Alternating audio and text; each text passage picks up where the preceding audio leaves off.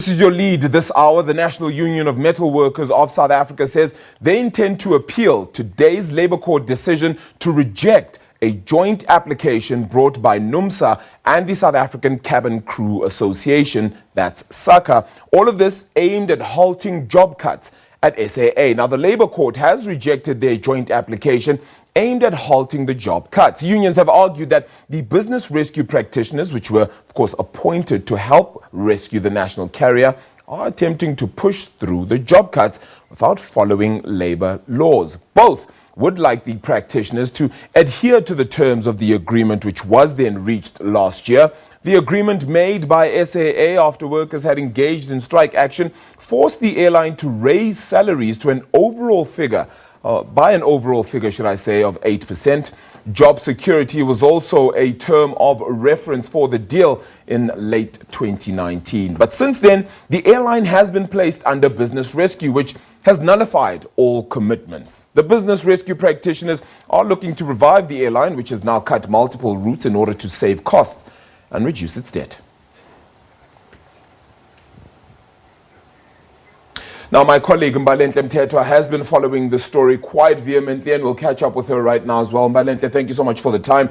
It's a ruling that I suppose the SA Cabin Crew Association and Numsa, as you noted, aren't happy with, and now looking to appeal the decision. Yes, indeed. As we speak right now, Arabile, they are in court appealing this very decision to reject and basically set aside their urgent application to compel business rescue practitioners to adhere to the Labour Relations Act, in particular Section 189. Now, Section 189 is a consultative period that employers are supposed to embark in with unions, where they actually communicate and they try to find alternatives to restructuring, such as retrenchments in those 60 days. And they're saying that they are aware that the business rescue practitioner at SAA is trying to forego that process because they are of the view that they are going to run out of money. We understand that they received around 3 billion rand from the Development Bank of South Africa just earlier this month. And it's believed that they are going to be out of money come the 1st of March.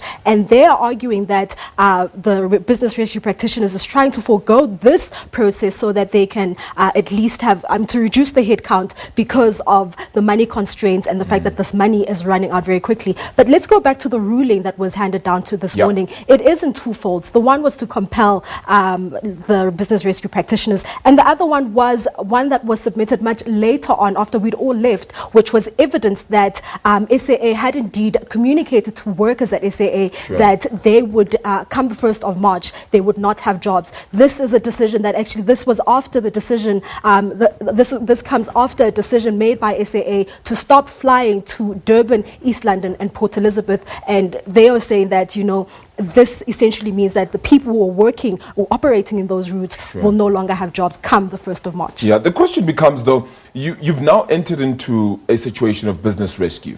Those people are brought in to try and save the entity in order to have a long-term strategy for the company itself, right? Do you necessarily have to communicate something like this the same way you would as a normal company who's not under business rescue?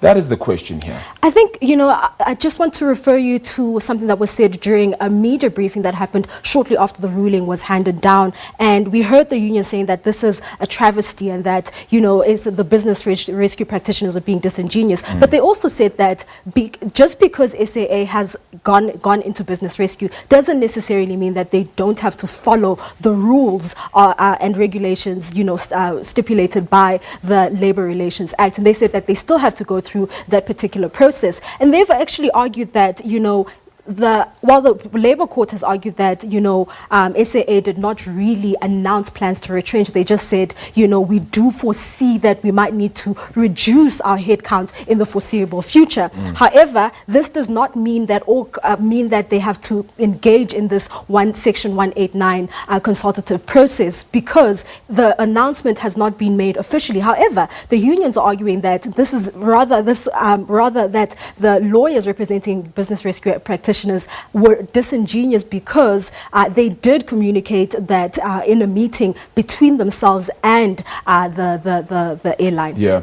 If SAA and the business rescue practitioners, I suppose, actually, were then to announce officially and to make that Section 189 process official to employees, would they then officially be in breach of the conversation and the contract and the agreement and deal that they made just late last year, which was that there would be no job cuts and instead they'd have a job reduction scheme, which was actually a training facility first before anybody changed or altered jobs? Yes, indeed.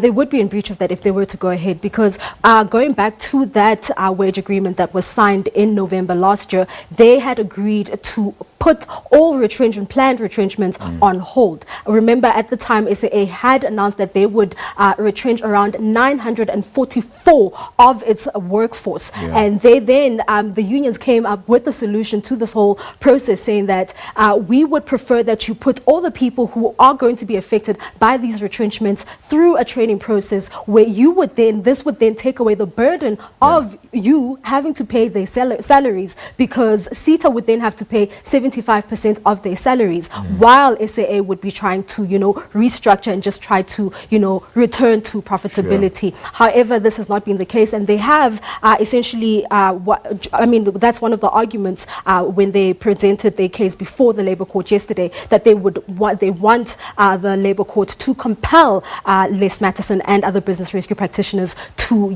uphold that agreement between SAA and the unions. The sad thing about that, however, is that the agreement that was made with unions was not made by the business practitioners. It was not made by Les Matheson and the other business practitioners. So how they can be held liable for something that wasn't made by them, and they need to act then in the best interest of the entity, but can't do so because of a legislation or a rule that was set before them, is kind of baffling to me as to how the unions believe this whole situation and scenario works. Fix the situation, but just make sure you agree to everything that has been done before. Isn't everything that was done before the reason we are here right now? Yeah, I suppose we can say that, Arabile. But this actually takes me back to a question that was raised by the judge yesterday during the when both sides were handing down, delivering their arguments. And he was essentially asking if that agreement still stands, given that SAA was actually put under business rescue in December. And that remains a question that still remains to be answered. We are still going to hear from SAA to find out if that is indeed, the case, and if, all the agreements and arrangements that were made prior to it entering into business rescue still stand. But we do understand that when a company goes into business rescue, the business rescue practitioners take over the runnings of the organization. So everything really lies in the hands of the business rescue practitioners. But the other thing that the lawyers representing business rescue practitioners argued yesterday was that Numsa and SACCA should have actually gotten permission from the business rescue practitioners to go ahead and go to court. And they were essentially saying that the court application is premature, given that they didn't get that permission from the business rescue practitioners, and that they haven't really made an official announcement that they will indeed be embarking on a restructuring process. Look, you've got a strike now happening. Well, there was that strike obviously at SAA just late last year. This is bound to create some sort of friction of a similar nature as well at SAA. Telecom workers are pretty much doing the same because they're fighting job losses at that company as well. And it seems like both entities are just in the doldrums with government involved in both. Mbalenhle Mthethwa, thank you so much for that, though. Appreciate it. You'll be keeping abreast of that scenario and situation then, of course, as well. They're my colleague, Mbalenhle Mthethwa. Let's continue now with some other news. The people